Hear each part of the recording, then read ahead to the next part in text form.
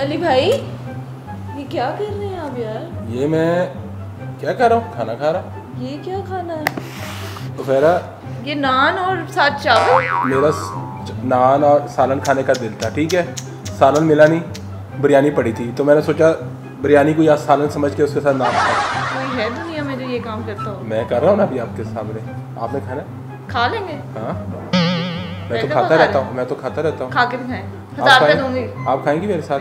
यार आप भी खा के देखें, नई नई चीजें ट्राई की। स्वाद आएगा ना उसका स्वाद आएगा। पूरी स्वाद आएगा। लो, आपको क्या पता, पेंडू लोग मजा आ जाता है। ये देखिए ऐसे किया आपने, ऐसा नवाला बनाया और इसके बाद आपने इसको ऐसे, मजा आ गया। कैसा टेस्ट है? आप भी आपको बना के दूं नवाला, खाएंगे आप?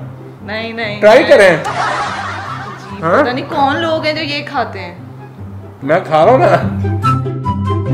जब सालन ना हो और नान पड़े और चावल पड़े तो फिर बंदा कुछ भी खा लेता है। मैं दावा कर सकती हूँ मेरे भाई जैसा किसी का भाई नहीं है।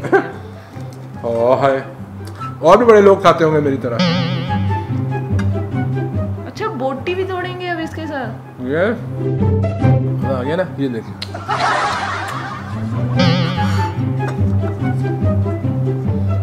एक बाइट तो ले लो फेरा। अब फेरा एक बाइट।